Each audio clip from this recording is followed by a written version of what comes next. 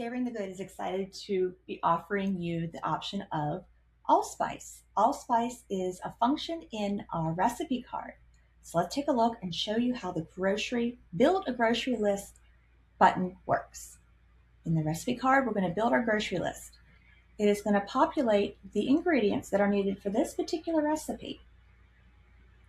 I know that I'm going to need blueberries. I'm out of sugar, and I probably should have some lemon juice, and I always need vanilla extract. I can then add these items to my list. Once the items are added to the list, I can go over to my groceries tab, and I have added multiple recipes to this grocery list. I can order them through a delivery service. This is going to be specific to your location. If you want to have your groceries delivered, you can print your grocery list. Right here's our print button. It's going to populate in a new window, and you're going to be able to print your grocery list from Savoring the Good at home.